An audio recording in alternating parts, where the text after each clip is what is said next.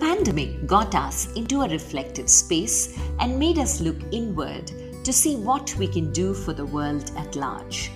As a self-expression coach, I became a catalyst for women and started Vani, a one-on-one coaching program for women on finding their voice, to speak up, to be visible.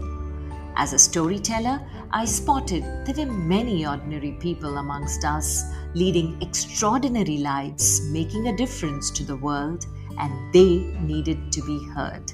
Thus was born You and I with Rashmi Shetty, where amazing personal journeys with their uniqueness and individuality are showcased, a reaffirmation of the fact, open your eyes wider, the world is far more beautiful when we acknowledge the presence of both you and I.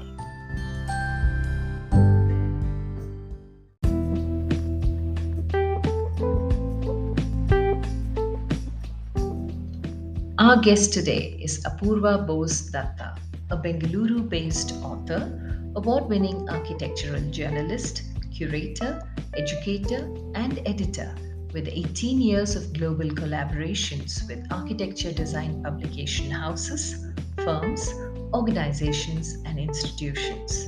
Trained in architecture and journalism from India and the UK, she is passionate about writing, curating architecture design content and discourses for diverse communication channels, professional speaking, offering training initiatives in architectural writing and consulting for academic and professional platforms.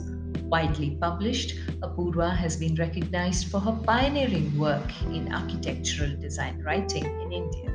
She has been invited by the Australian and Finland governments to represent the Indian delegation at the International Media Visits of Architectural Writers in Melbourne in 2016 and Helsinki in 2018. She debuted as an author in 2017 with Architectural Voices of India and is looking forward to her forthcoming book, Architectural Inheritance and Evolution in India.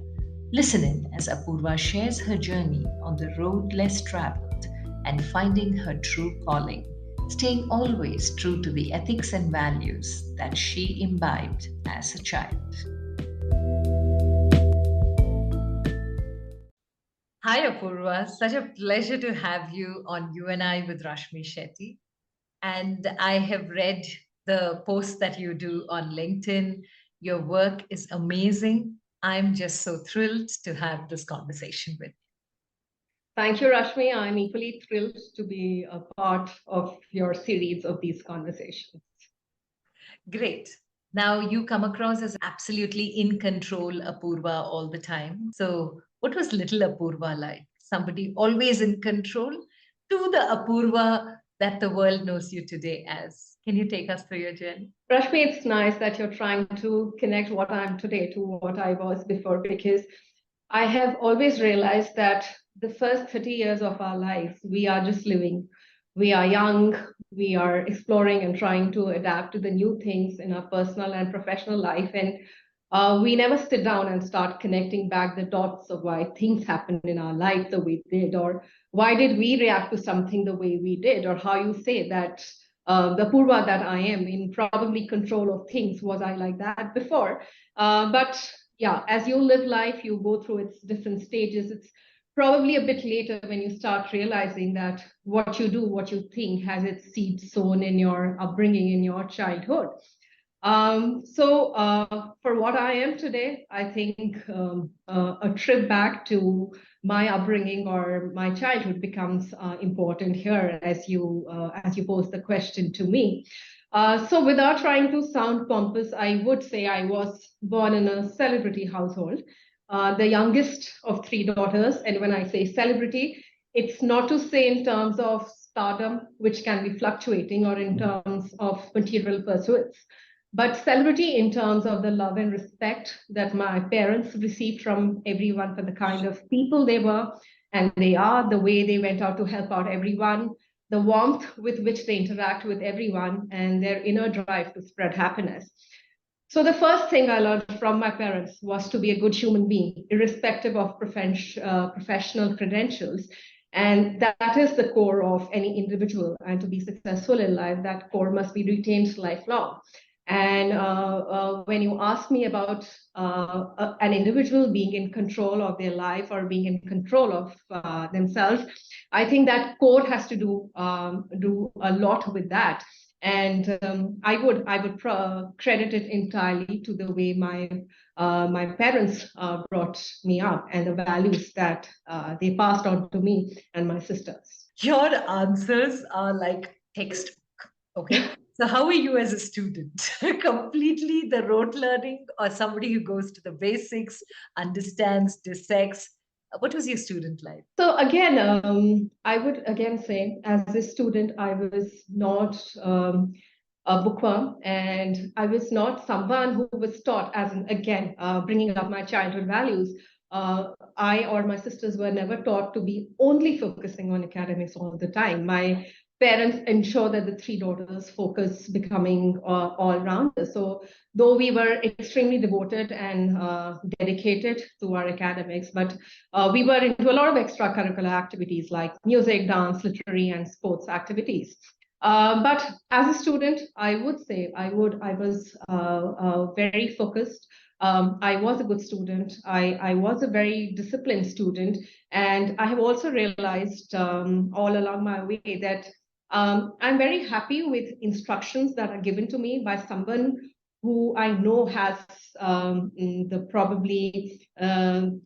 understanding to give that instruction, and I'm very happy to follow that. So whether it were my parents or whether it were my teachers, I was born and brought up in Chandigarh, and I studied at Carmel Convent School, which is one of the very revered schools in Chandigarh or in North India. And I also credit them a lot to the foundation that I have as a human being. So whatever my teachers would teach me, whatever my faculty would teach me, I would be very, very interested, and I would completely go by what they would tell me and learn by myself. But I would also say that I was a lot exploratory in nature.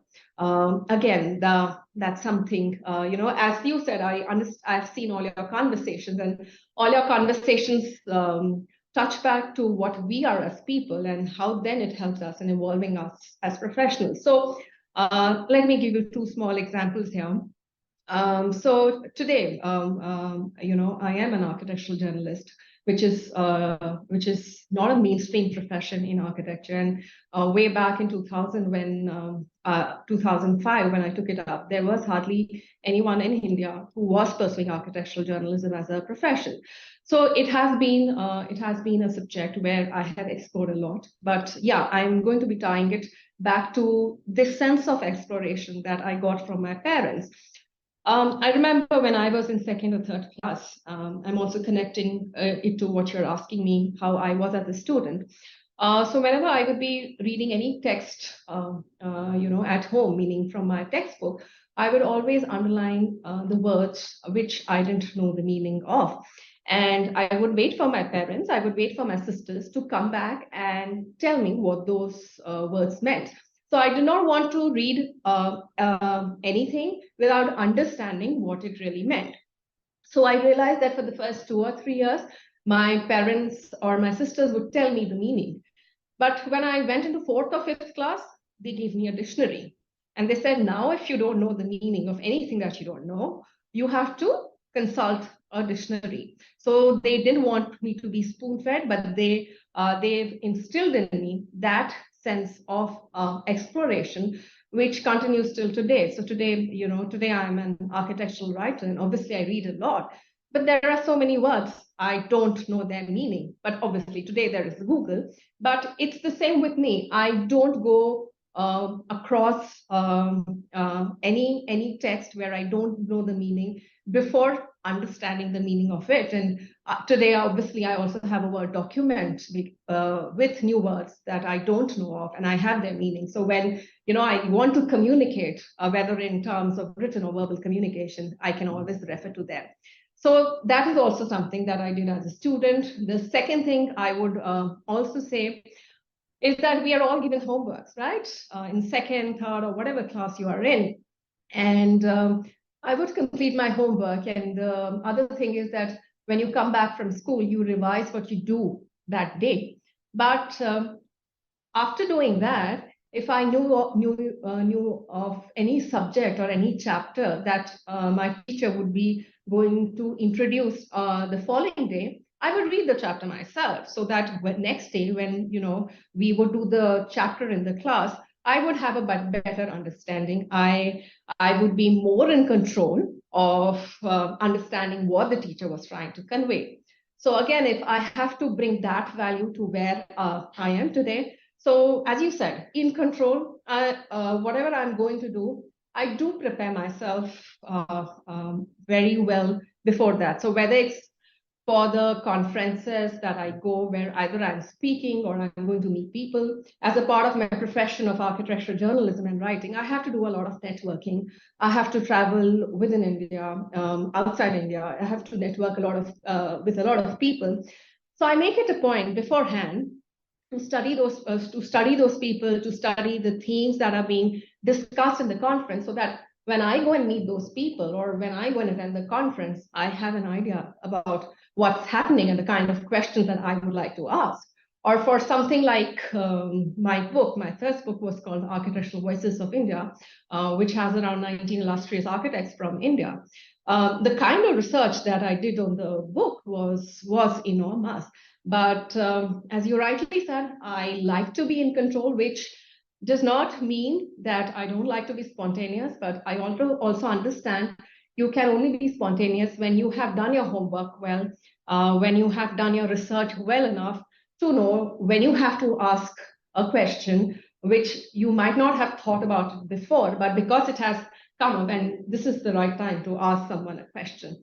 So yes, so whatever I am as a professional today, rightly, I've carried mostly everything that I learned in my childhood from my parents. Yeah, so very clearly you were a very good student, and the discipline shows in the way you're organizing your thoughts as well. Uh, I'm curious, how did a student like you not take up medicine or engineering, which is a normal thing that most toppers or good students go into as a stream of education, and why did you choose architecture? So Rashmi, I think I would have to say here, which I have also realized over the years, that sometimes when things don't happen the way you plan, they are not happening that way because God has some things in store for you. And I have got to understand all through these years that God knows better for you than you know for yourself. So that's probably also my story. And so when I connect back the dots, I think there were some pointers in my life, which obviously at that point of time, I didn't realize that this would lead to a profession like architectural journalism and writing.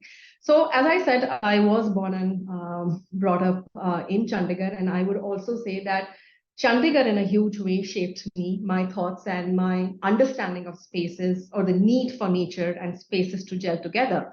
The city and its spaces offered a serenity that made you love life. I am still in love with the city, though it's changed drastically from before. And yes, I always wanted to do medical. From class two, I know anyone who would ask me, I would say that medical is what I wanted to do, because my father, Professor Dr. S.M. Bose, is a very renowned oncosurgeon of India. And I have seen the love and adulation that he has received from across the world for his endless service to society, for the passion and dedication, he has put into this field. But yes, I did end up pursuing non-medical, and then I, in fact, took my engineering and architectural exams at that point of time. But I would say that I'm talking of the year 2000 when I was sitting for my engineering and architecture exam. The understanding of architecture outside the industry was significantly less. But because I was highly creative, I did sit for the exam. I found the exam very interesting. I even scored good marks to get into the Chandigarh College of Architecture, one of the acclaimed architectural institutions in India. I actually did get through engineering too, but the branch of engineering, based on what I had scored, that I was being offered at the renowned PEC, Chandigarh, Punjab University, was not a branch I was interested in. I was getting a preferred branch in other cities, but my parents wanted me to be in Chandigarh, so I joined, architecture. But speaking about Chandigarh, of course, till the time I joined architecture and read about Le Corbusier and Pierre Jeanneret, who designed Chandigarh, I had no clue that Chandigarh, because of its modern planning, is an international case study of how modern cities have to be planned.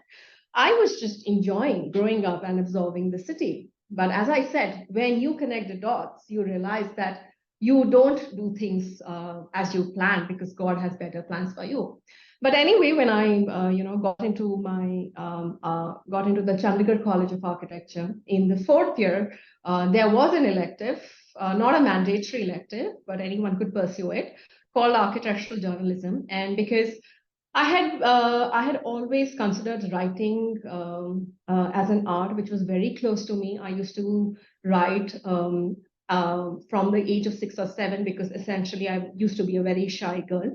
So when I realized that there was a subject which was connected to writing, I took it up, and I realized that in those 6 months of those electives, the enthusiasm with which I used to do the submissions was unparalleled. I did not have that kind of enthusiasm for any of the 50 subjects that I did in my architecture through those 5 years.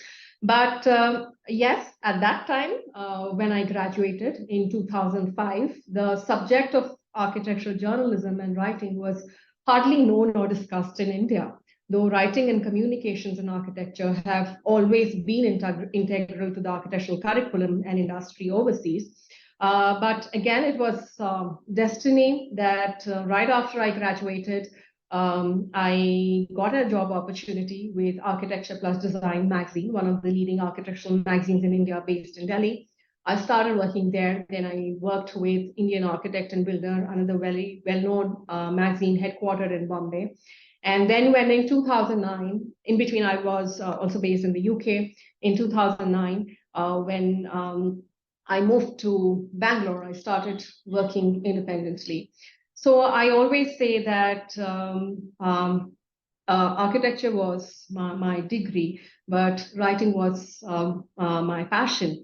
And somehow God planned it that way, that I could combine my technical degree and my passion into something so beautiful, and not only do it for myself, but discover a field which would be a field that would be very important for architecture in the coming decades.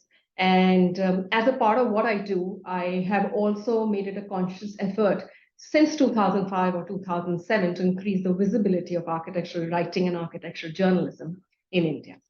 Yeah, clearly you're doing it, Apurva, because that's why I found you on LinkedIn, because I love the way you write, the way you put your thoughts out there so creatively. And the very fact how journalism and architecture got married through you was something which was fascinating when I got in touch with you. So when you took this up as an elective, and it was not very well known. After 6 months, you realized you liked doing it. But then when you came out, not too many people were in that space. What did that do to you? Did it say that because too many people are not there in this space, I can explore and find out and create my own? Or let me just try it. If it works, it works. Otherwise, I always have the option of getting back into mainstream architecture.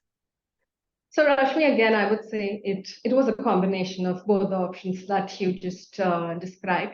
I will again go back to something that I learned or imbibed from my parents, and that was to how to decide for yourself and stick to that decision.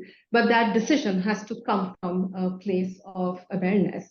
So for me, the decision of taking up architectural writing did come from a place of awareness. But of course, as I said, the awareness of architectural writing as a subject was minimal at that point of time. But I had the awareness of how writing could impact architecture, or the awareness of my passion for the subject that would help me explore it. or the awareness to know that I would be very true to myself in this journey, which did not mean that I didn't try and find out a bit about the subjects. I did go and speak to the handful of people who had some clue about it. But I would just say that I was so passionate and devoted to the subject that I wanted to take it up. But I would also mention here that right after graduation, I had kept other options also, because I didn't know what was the path that I would follow in architectural journalism. I had other paths for me. I was interested in restoration. I was interested in interior designing, and obviously I was interested in architectural journalism. And before graduating, at least for 6 or 7 months, I was writing to the 2 or 3 architectural magazines that were there in India, trying to find out if they had a job opportunity so that I could begin working with them right after graduation. But 6 or 7 months, I didn't receive any reply. But after I graduated, this was almost 6 or 7 months after I written to them. One fine day, I received, an email, as I told you, from this leading magazines, saying that we have a position, and if you would like to come for interviews, please do. Again, that was a very tough decision, because I've been born and brought up in Chandigarh, and 23 years of my life there. And so moving to another city, I'm also the youngest of the 3 daughters. So as you would understand, parents are always very protective of the youngest one in the family, and they're very fearful of what happens when she steps out. But then it also happened that I got the job opportunity after the interview. And I thought that was a signal for me. And yes, I told my parents that I would want to go. And they were also not very happy of letting me go. I'm talking about times 18 years back. Today, it's very different. That time it was very different for them. And especially letting me go for a career no one had any idea, especially in India. No one had an idea what was architectural journalism, what does an architectural journalist do, what is she going to do after working with some magazine. So I would say that it was a lot of passion, it was a lot of determination, and it also helped that my first job opportunity with the leading magazine gave me that kind of foundation. I was the youngest in the team there, but they probably saw something in me that they used to give me great responsibilities, whether it was working on the magazine, going and interviewing people, going and covering events, curating events. They had an award ceremony for their awards in Malaysia. I was handling that. So they gave me that responsibility, and it worked well for me. So I would also say that if I wouldn't have got that kind of foundation with them, I would have probably, be hesitant to know what my future course would be. But I got that foundation, but that foundation was also necessary when I started working independently after a few years. Because when I moved to Bangalore in 2009, Bangalore was a new city for me. I hadn't studied here. I didn't have any professional connections. And to begin independently here was a big, big deal. But then, because I had some kind of foundation, it gave me the thrust.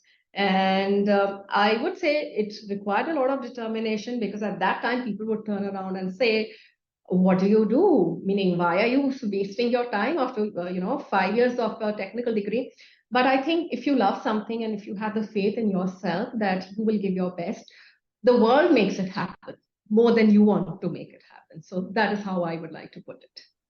Yeah, and here comes the crucial question. You have decided to get into a space where not many people have been there because of a passion, because you feel that was your calling.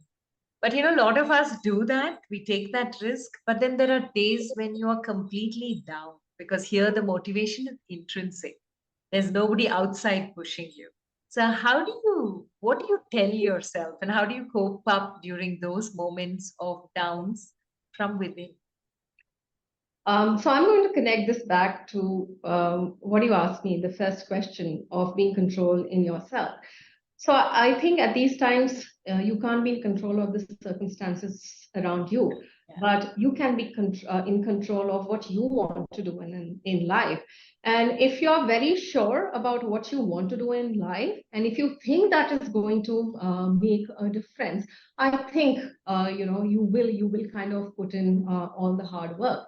And while I'm talking about the importance of writing to architecture, I want to take a moment here to talk about the importance of architecture, because what generally happens that architecture is supposed to be a field which is elitist and hence escapes discussion in mainstream media. But the fact is that we are all impacted by architecture. I want to share this quote by Alejandro Arivana, who is a renowned architect from Chile, who won the Pritzker Architecture Prize in 2016. The Pritzker Architecture Prize is the highest award that one receives in architecture. I was reading on one of his projects, and he said that architects design nouns, which are like windows, ceilings, and floors. But these nouns come from verbs, which are life itself. Verbs like looking, eating, and meeting, which is to say that architecture is born out of life, and hence it's an integral part of everyone's life, and not only of architects and builders. We cannot delineate architecture to a narrow section of society, because the fact is that we are breathing day in and day out architecture. And as writers, therefore, I also say that communication in architecture should also be directed to the masses, because in general, the discourse on architecture and building with lay people is significantly less. So coming back to your question, Rashmi, then there are two things. One, you understand the importance of writing to architecture. Second, you understand the importance of architecture because you have been technically trained in the subject.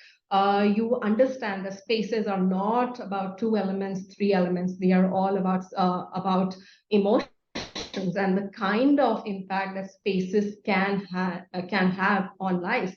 So you understand the importance of architecture. And thirdly, you are so passionate about the entire subject. So even when there are days that you feel something is not working, now after 18 years of my career, I look back at my journey and I say, I am in a much better position than what I was 15 years back. There were no resources at that time. There were no contacts at that time. There were no avenues at that time. But I've spent so many years of my life looking at those avenues, exploring those avenues. So there is no reason why I should be sitting back today and saying that this is going to be very challenging. I think it's very important that those challenges are converted into opportunities. And the other thing, which I'm again very blessed that I have received in these many years from people across the world, whether they are professionals or whether they are students, is the love and the respect that they give me for the difference that they think that I have brought into architecture by an initiative called architectural journalism, architectural writing, by talking about it on so many different platforms. Today, there are scores of people across the world. I don't only talk of students, I talk about of professionals also who have anything to do with design and architecture, who want to become architectural writers. So the love and the adulation that I receive from them for whatever I might have been able to contribute to their life is also a big push for me to continue doing what I do. And third, as I say, I am a lot about my family. So the happiness that I see in the eyes of my family for whatever I do, that's always there. So even in times when you're not doing professionally or you are feeling a bit low, the kind of love that you respect from your family, from your friends, from your near or dear ones, or from your well-wishers, I think that's a great push for anyone to move forward in life and not sit down and feel sad about what's happening with that. Apurva, I have seen the picture of your cover of the first book. And when you were talking about how architecture and culture are closely connected, and if we go back to history also, when we see a particular dynasty leave, it is the architectural remains that tell us what the dynasty is all about. The style of all the different buildings that they create and leave behind is what tells us about their culture. So, if you can show us the book, if you have it next to you, what was the book about and what was your research with relation to what I just asked you about life, So, culture, uh, architecture. so Lakshmi, this is the book that you are mentioning. Yeah. It was published in 2017. So it's called Architectural Voices of India, a blend of contemporary and traditional ethos. And so it Okay, was one based. sec. You said Architectural Voices of India, but the cover page was very intriguing for me, where there is nature, there are birds. Is there a particular reason why that picture was the one you thought suited it best? Okay, so Rashmi, I would also say that I am someone, as you would have probably deciphered from my conversation, I'm someone who likes to go for things unconventional. So I don't like to take the conventional path. So even if it's a book cover, I like to abstractly hint on the theme, and I don't like a book cover which is there in your in the face. So in fact, even for the second book that I'm working on, when you see the cover, it is something which is intriguing, and it makes you wonder what is it. So the reason my book cover, the first one, Architectural Voices of India, is the way that you see kind of birds on the cover, is because I always believe that birds are the most natural architects on this earth, and how they come together, how they build their different kind of forms, and they still stay in harmony. It's a metaphor that I've used for architects, because the book Architectural Voices of India, it brings along architects, different architects from different regions, 19 of them with different philosophies, different age groups. So the youngest architect in this book was in their 50s, and the oldest was in their 90s. So the main theme of the book was to get all these different architects with different philosophies to come on a platform and talk about architecture. So that's the metaphor of birds, as I've used, that different birds, they make their different nests, but then they all belong to a community. So how these architects come together with their different ways of approach to architecture, but to build for society build for society. Yes, and Rashmi, what you asked me about history, so it's not something that I've only got through the research that I did on my book, but all through whatever I have worked on through these 18 years of my career. And which is to say that our history and our tradition are definitely omnipresent, or should be there in what we design today. Not probably in the way they were being implemented many years back, but in the philosophy that they were adhering to. So, for example, we talk about a lot of sustainability or energy efficiency or green trends today. But if you see, where do they come from? They actually come from our traditional architecture. So, for example, even if a courtyard that was so much a part of Indian tradition, if it's being implemented today, you have to see the context in which it is implemented today. And there is so much to learn from Indian architecture. As you said, the different styles, the different regions, the different rulers, and different religions. So I think they are one of our best learning, and they should be showing a path to us to how we are going forward in architecture today. And of course, because this my first book, it had architects from all across age groups. They spoke about the past, they spoke about contemporary architecture, they spoke about architecture as a subject and a profession. So that's why, as I said, the book's title is Architectural Voices of India, but the tagline is a blend of contemporary and traditional ethos. Okay. Wow. Okay. And when it comes to individual spaces, Apurva, as an architect, and now that you've been in the space of writing, which means, like you said, you read a lot, you research a lot, getting into a particular space, does it tell you a lot about the person also intuitively, or is it completely scientific? It can be both ways, because if the architect has done a good job, then the architect will be able to reflect the user's personality in it. But if the architect hasn't done a good job, and the architect wants to build what they want to build, then the space, probably the architect's personality is there. So, in fact, whenever I go to review a project or write about a project, and this is something that I also talk a lot in my sessions on architectural writing, or a course on architectural writing that I have been conducting. I say that when you go and study a project, just looking at the project and trying to understand this is what I like, this is what I not like, is not the correct way to write about a project. It is important to get the architect's take or the reason why the architect has done the things they have.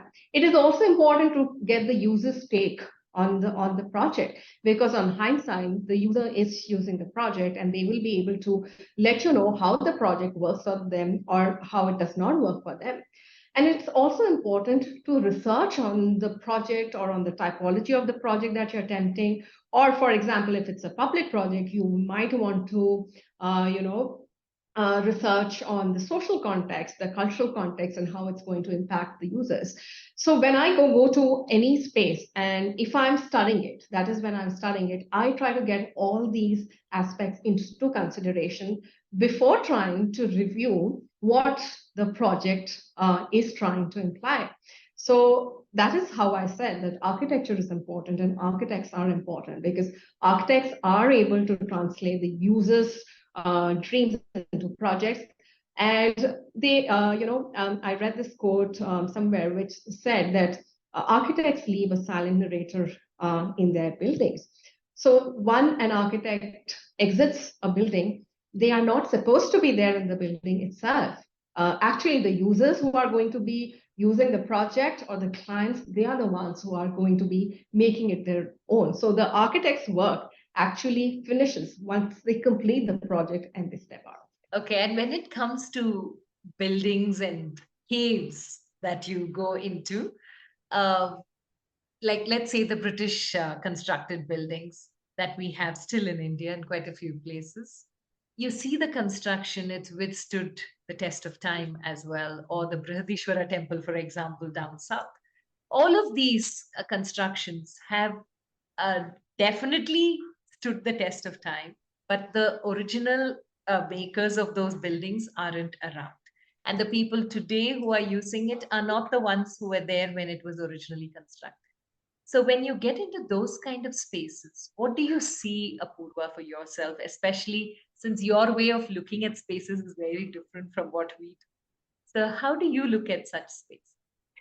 I think that the architecture that happened many decades back, whether it was in our country or in other countries, that is very fascinating, because that is a way of making us understand how lives were being led there. So unfortunately, at that time, architecture was not that kind of a profession which was talked about.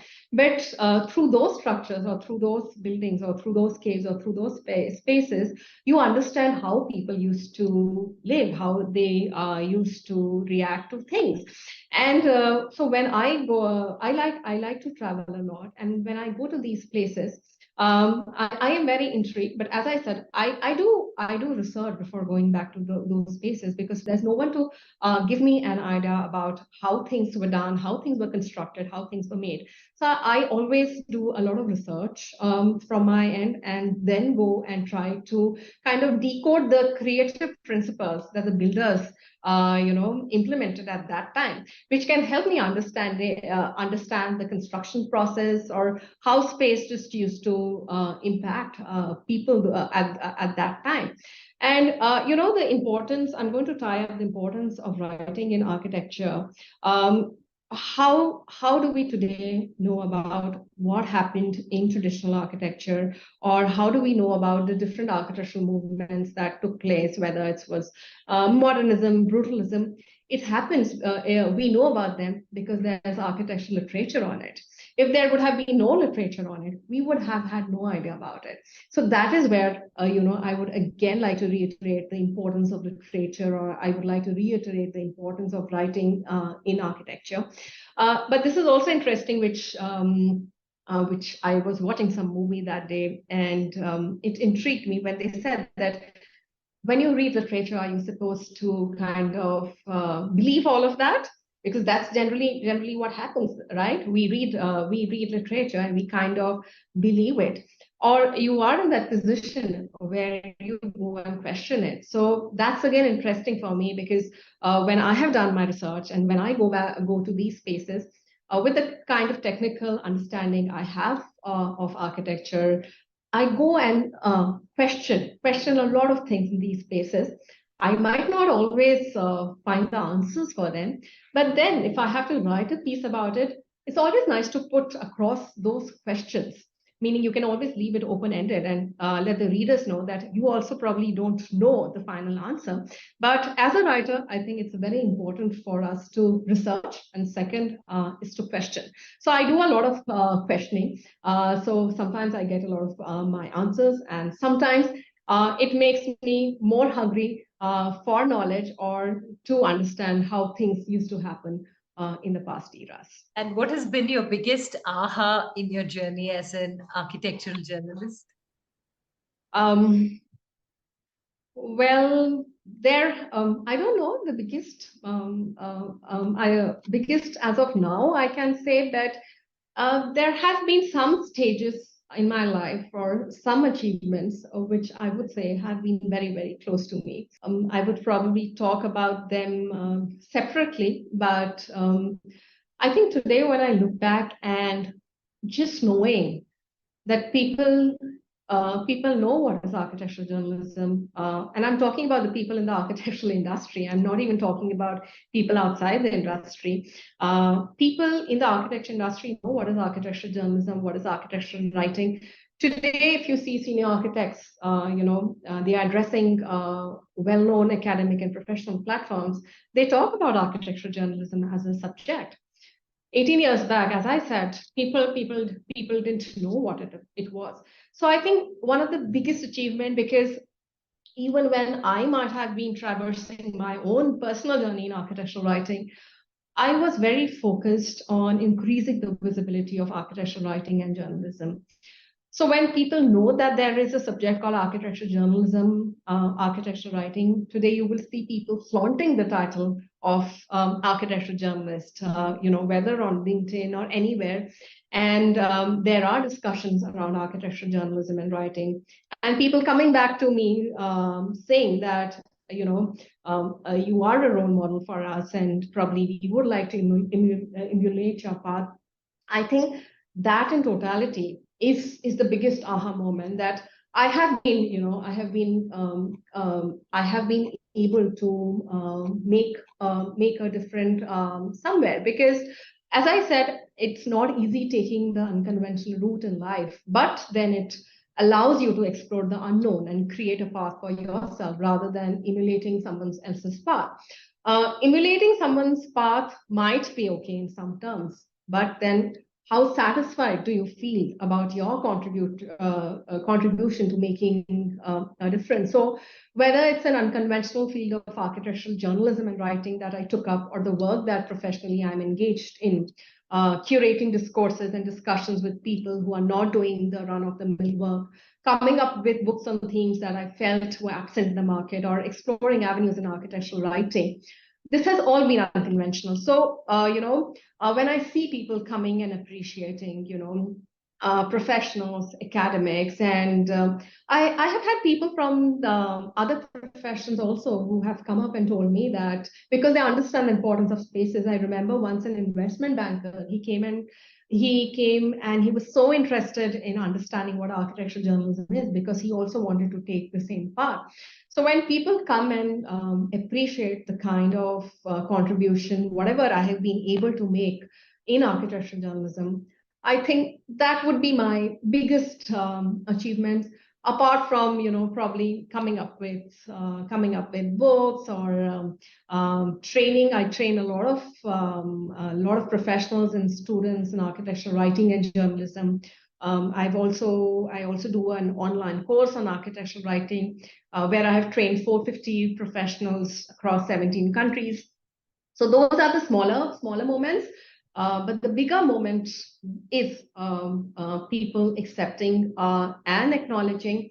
And I would say that's been my biggest aha moment. And if I'm not wrong, if whatever I do in the future, and if I continue to get the love and respect from people, I would be most happy with that only.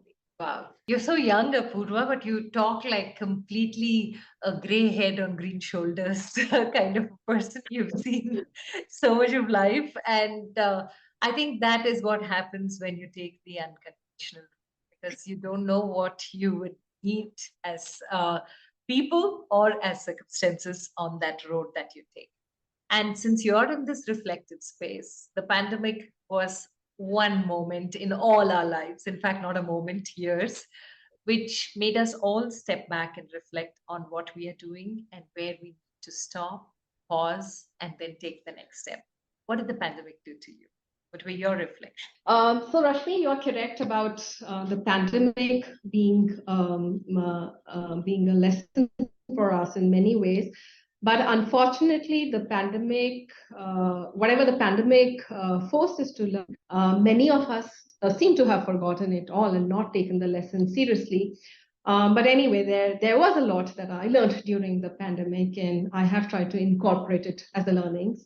So while everything is normal, is going normal for you today, do not make excuses not to do things. Otherwise, life can throw a pandemic at you.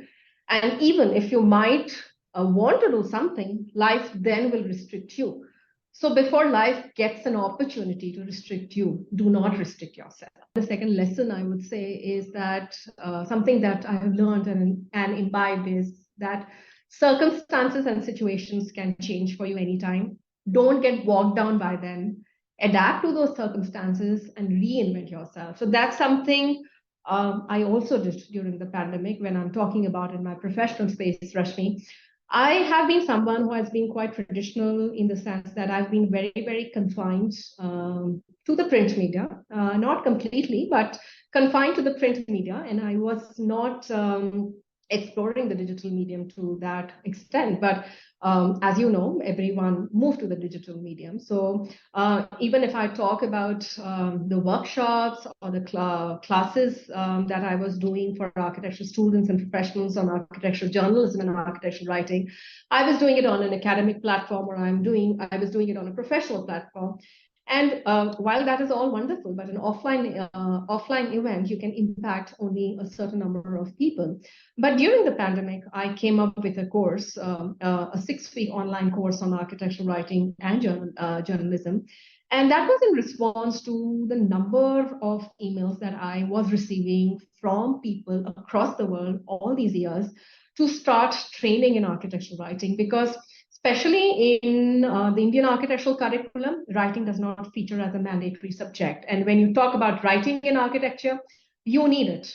Even if you don't want to pursue architectural writing as a full-time career, an architect needs the basic skills of writing. So I started a six-week online course on architectural writing on the digital medium, which I continued. I completed 10 batches just a few months ago. So even when the pandemic, we said bye-bye to the pandemic, I still continued it.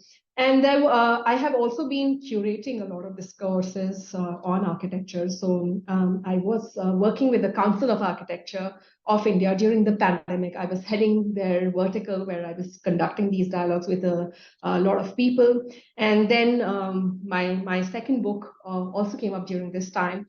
So what I want to say is that during this time when circumstances and situations changed, I thought this was a good time to reinvent myself. So I did that. So that's another reflection from the pandemic. And the third reflection is understanding the importance of a family, which I think everyone did.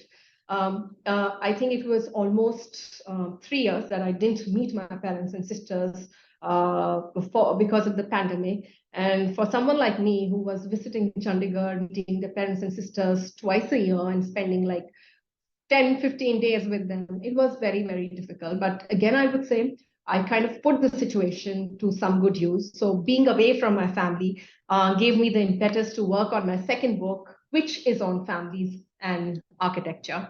The book has just been published. I haven't yet seen the final product, and I'm looking forward to make the formal announcement soon. So, Apurva, just now you mentioned the theme of your book, which sounded very intriguing. Can you tell us a little more of what the new book will be? Yeah, so Rashmi, as I said, I was away from my family during the pandemic, which made me understand the importance so much more. And I guess it was the same with everyone. For some years, I had been ideating to work on a book on architectural families in India, and the pandemic gave me the thrust to start working on the book. It is called Architectural Inheritance and Evolution in India. And the book pivots on three aspects that are also central to my existence. First is family, then architecture, and then India. We all know that for family bonds in India are very different. They are tied to tradition and social cultural aspects. We have many architectural families in India who either share an architectural practice across generations, or the different architects in the family have their separate practices. In other families, some architects go into practice while others go into academics or join outside the family. Now, the question is how architecture, which is so ingrained in our lives, as I was discussing before, ties up these families, or how does architecture situate itself in family bonds in India? So two creative people can look at things differently, and hence six architects in a family can also have six different ways of creating spaces. How then they come together?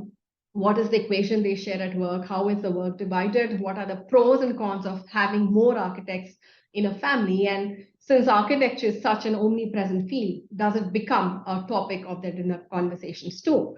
So that's just the basic theme of my book, which has not been explored before. And how I have studied it is by taking 10 acclaimed architectural families in India, traversing their journeys and taking them as case studies to understand how differently architecture can contribute to their family bonds, or how family bonds can impact architecture. So a total of 44 architects from these 10 families are a part of the book.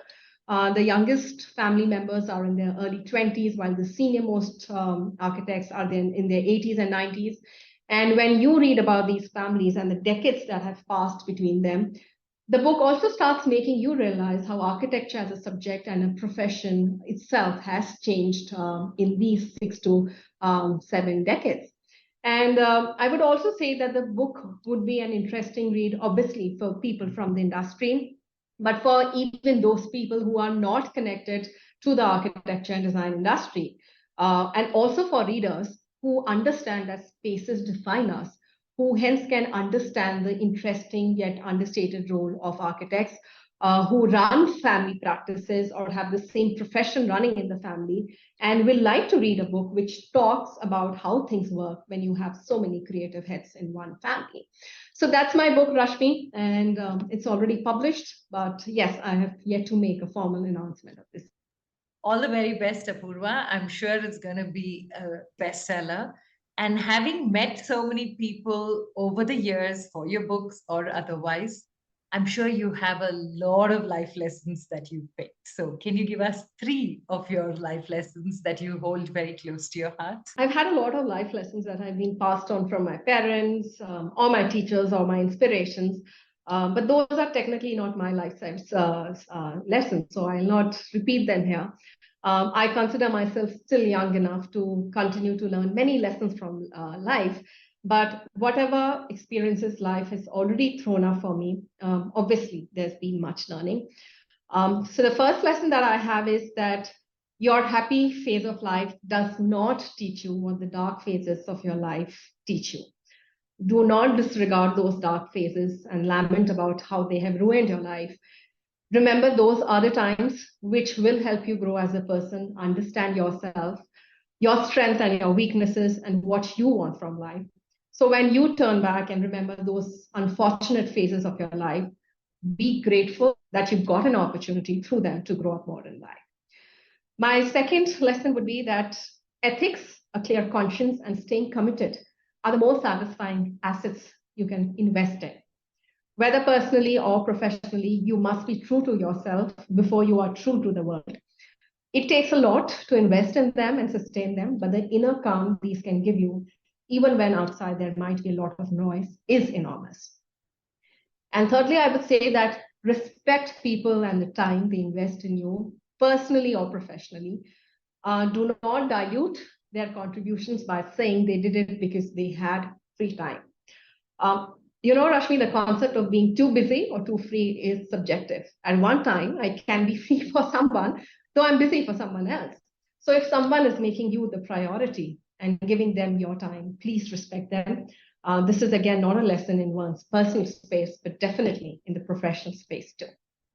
Apurva Bose Dutta. It was an honor having you on You and I with Rashmi Shetty. I knew there is a very deep person completely hidden from the world based on your posts and the small little conversations we've had. I'm so glad I had you on the show because the layers that you have within you, Apurva, and you've just touched the surface of what life has taught you, and there's so many years left for you to make a difference. On the road not taken, making a difference, inspiring people already. I'm sure life has a lot in store for you. All the very best in all that you do. Thank you, Rashmi, and thank you for inviting me. I must conclude here by saying that the need to decode what makes a person is critical, and we do not generally do that or give time to decipher ourselves. But as I told you earlier, I have been following your podcast and initiatives, and the way you have gone about decoding people is beautiful. So thank you for making me a part of it. I'm so delighted to be here with you for this conversation. Likewise, Apurva, stay blessed and continue inspiring because you're amazing.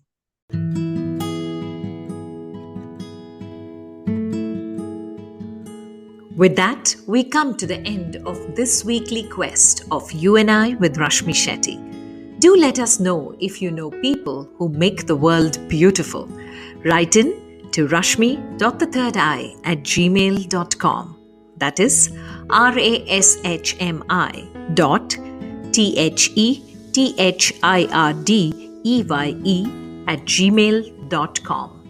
Come, let's explore this amazing world together, both you and I.